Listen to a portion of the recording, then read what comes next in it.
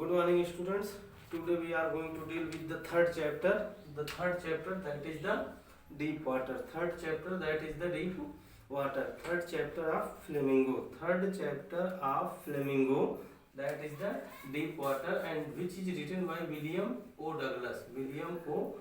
Douglas. William O. Douglas was born in 1898 and he died in 1980. Okay. So first of all, let us know about the life sketch of the author. About the author, William O. Douglas was born in Minnesota. After graduating with a Bachelor of Arts in English and Economics, he spent 2 years teaching high school in Yakima. However, he got tired of this. He decided to pursue a legal career.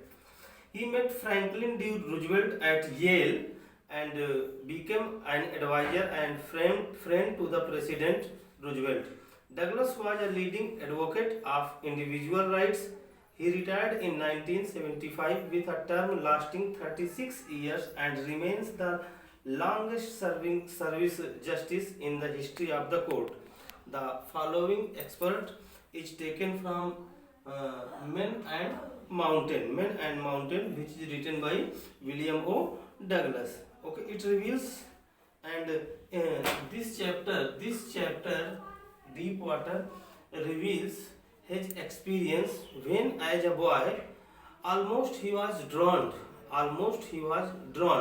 but how he was saved and how he learned swimming. In this chapter, the writer has given us the philosophy. It is the fear which should be overcome by us. First of all, we should try to overcome the fear. In this chapter, he has highlighted that philosophy, and it is an autobiographical writing. And in this writing, the writer has written how he learned swimming, and he is telling that this journey started when he was 10 or 11 years old. When he was 10 or 11 years old, he went to YMCA pool. For learning. And this YMCA pool was in Yakima. Yakima is a place, and Yakima is also a river. So when he was 10 or 11 years old, he went to YMCA pool for learning how to swim. Okay, he got a pair of water wings. And he was imitating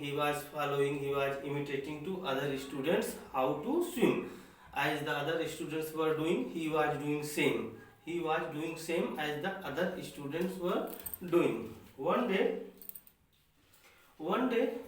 when there was no one near the pool. Okay, and he came and sat at the edge of the pool.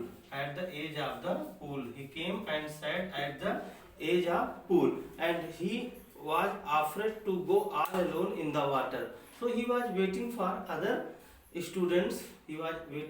Others.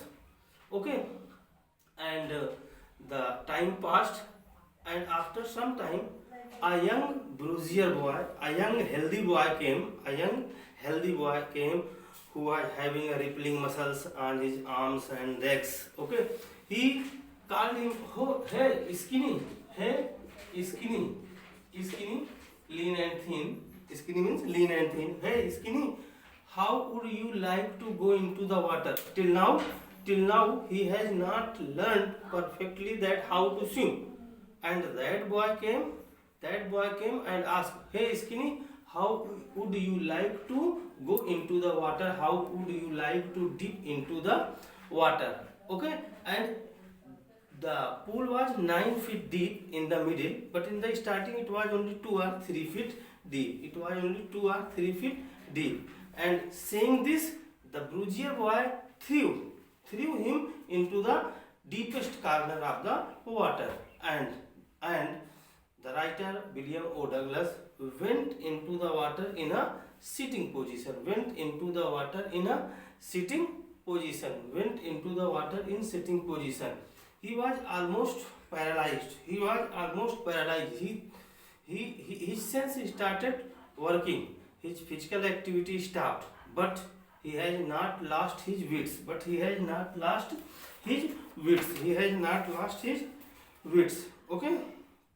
And the the writer thought that when I will go into the water, at the bottom of the water I will hit from my toe and came at the surface of the water, and then after I will use my hand and feet and I will come at the corner of the pool. But those 9 feet appeared more than 90. But those 9 feet deep water appears more than 90. Before he touched bottom, his lungs were ready to burst. His lungs were ready to burst. When his feet hit the bottom, he made a great jump upwards. He made a great jump upwards, but he failed to reach. He failed to reach at the surface at once. He came up slowly. His eye and nose came out of water, but not his mouth. He moved around his legs on the surface of water. He swallowed water and choked. He swallowed water and choked. He tried to bring his legs up, but they hang as a dead weights. He again went down to the bottom of the pool. The writer again went down to the bottom of the pool. He was striking underwater because terror has seized him. He was paralyzed underwater, but his heart and the pounding in the head told that he was still alive. When he hit the bottom, he jumped with all his full might. But this jump made no difference. The water was still all around him. His arms and legs would not move. He trembled with fear. He tried to call for help. He tried to call for his mother, but nothing happened. Then he rose up. His eyes and nose were almost out of water. Almost out of water. He sucked for air and got water. He started going down a third time. Then all efforts ended and he relaxed. A blackness swept over the brain. His brain and wiped out terror. Why the writer is saying that wiped out terror?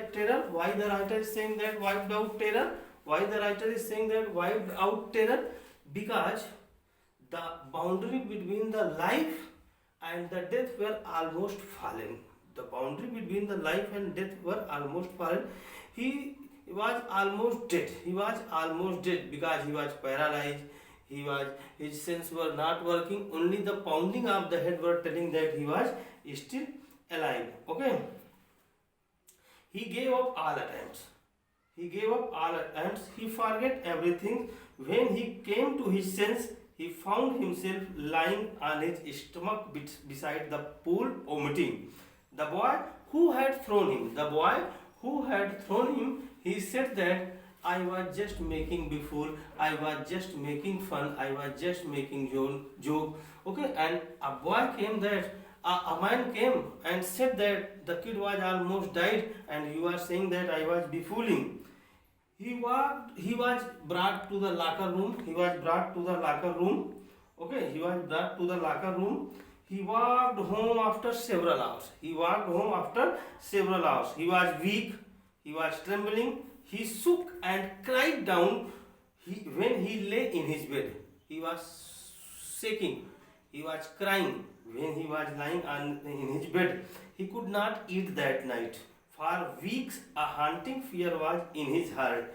He never went back to the pool. He feared water and avoided wherever he found it.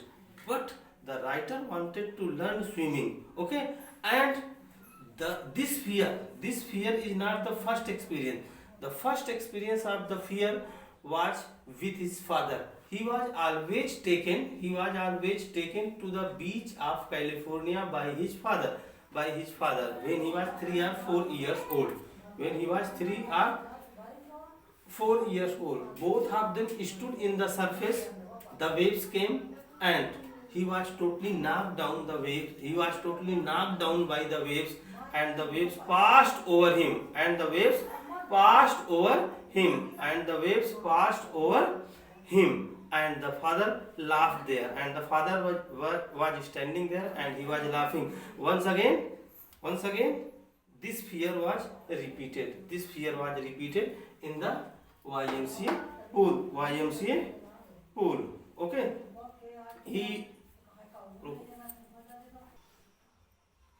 He used every method to overcome this fear. Finally, he decided to get an instructor. 3 months later, he decided to get an instructor and learn to swim. He went to a pool and practiced 5 days a week. An hour a day. The instructor had a belt around him. The rope attached to a belt went through a pulley and overhead cable. Pulley? What is pulley? My dear, suppose that you are drawing water from the well. So this part, and this is the rope. This is the rope which is passing from here, and one part is bind in the waist of the writer, and second part the instructor was holding. Okay. Then day by day, week by week, months by months, he started learning how to swim. Okay. But whenever he went into the deep water, that panic, that fear once again returned.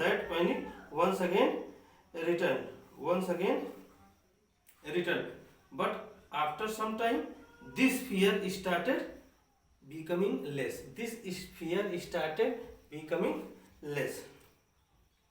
Okay. And the instructor taught him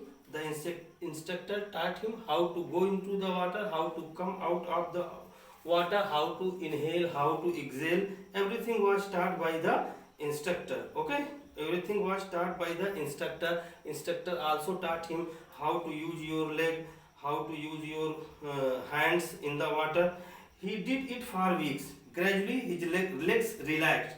Thus, piece by piece, he built him a swimmer. When he had perfected each piece, he put them together into integrated as a whole.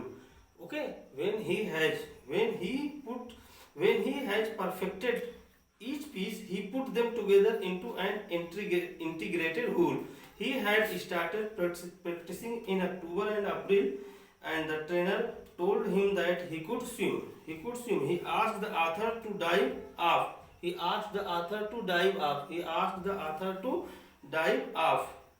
Okay, dive off into the water, and he began to swim. And then after he has gone to many lakes, many rivers.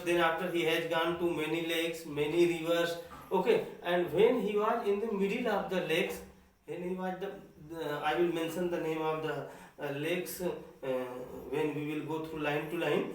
Then when he was in the middle of the water, the fear once again came,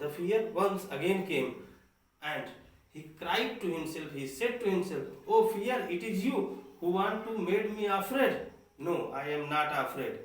I have overcome the fear. In this way, we can see that the writer has become a perfect swimmer.